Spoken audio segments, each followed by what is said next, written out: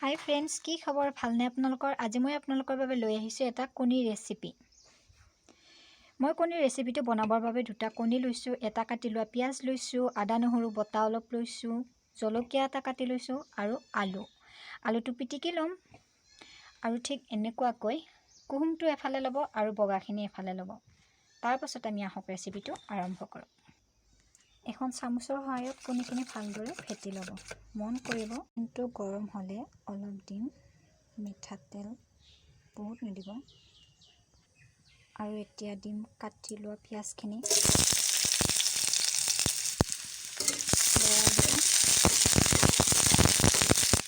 আৰু এতিয়া দিম আদা নহৰু বটাখিনি,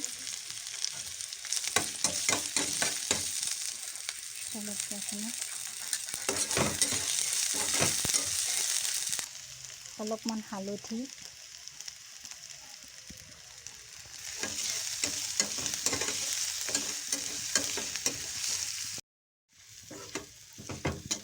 আৰু এতিয়া দিম আলুখিনি।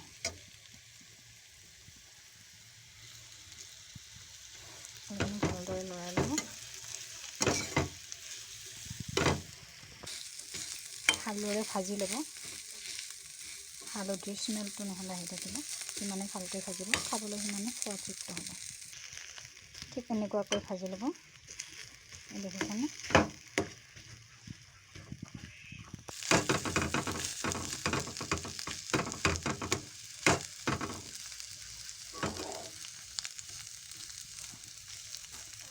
ভজা হৈ গৈছে।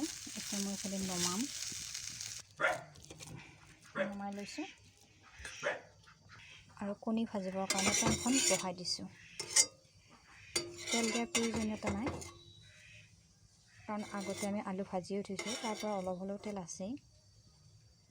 এতিয়া মই ইয়াত দিম যিখিনি বগা অংশ আছিলে, সেই বগা অংশখিনি, কণীৰ যিখিনি বগা অংশ ৰাখিছিলোঁ, ঠিক এনেকুৱাকৈ ঘূৰাই দিব।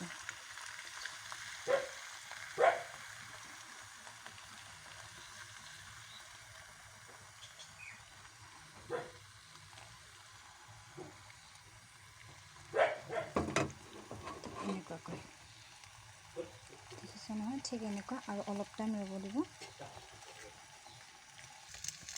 এই চোৱাচোন, বৰ ধুনীয়াকৈ হৈ আহিছে পিঠাখন, দেখিছেনে? নলিতাই দিব পৰা হৈ গৈছে।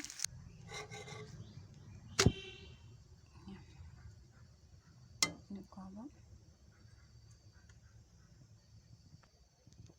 কণীখন হৈ গৈছে।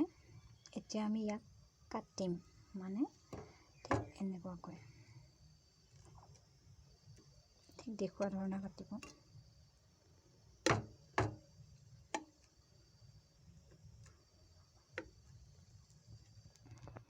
আৰু কণীটো কাটি লৈছোঁ। এতিয়া ইয়াৰ পৰা মানে কিছুমান অংশ উঠাই দিম, যেনেকৈ এইটো অংশ উঠাই দিছোঁ, এইটো অংশ উঠাই দিম। তাৰ হৈ গ'ল তিনিটা অংশ। অলপমান কাষ চপাই আনিব, ঠিক এনেকুৱাকৈ। এতিয়া ইয়াত দিম এই হালধীয়া ভাগখিনি, এনেদৰে দি যাম।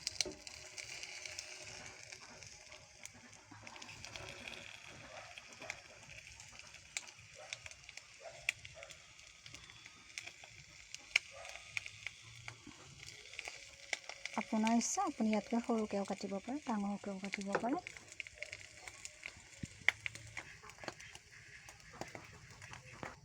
হৈ গৈছে। এতিয়া মই ইয়াত দিম ভাজি থোৱা আলুখিনি, এনেকুৱাকৈ। কথা, বেছি গৰম হৈ নাথাকে, গতিকে আপুনি হাতেৰে ধুনীয়াকৈ মিলাই দিব বস্তুটো, নহ'লে আপুনি ৰোলটো বনাওঁতে বেয়া হৈ যাব।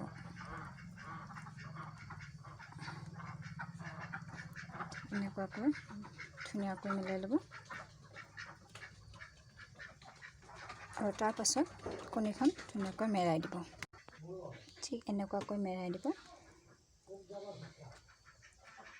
আৰু হৈ গ'ল আমাৰ তৈয়াৰ কণীৰ ৰোল।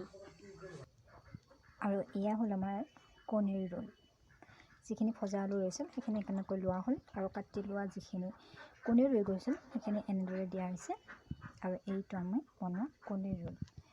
আপুনি ইয়াক আপোনাৰ ইচ্ছামতে পৰিৱেশন কৰিব পাৰে। যদি ভিডিঅ'টো ভাল লাগিছে লাইক শ্বেয়াৰ আৰু কমেণ্ট কৰিবলৈ নাপাহৰিব আৰু চেনেলটো ছাবস্ক্ৰাইব কৰি দিব। পাহৰি গ'লোঁ, ইয়াত নিমখ এড কৰিছিলোঁ, ব্যস্ততাৰ বাবে দেখুৱাব নহ'ল, তাৰ বাবে ক্ষমা কৰিব।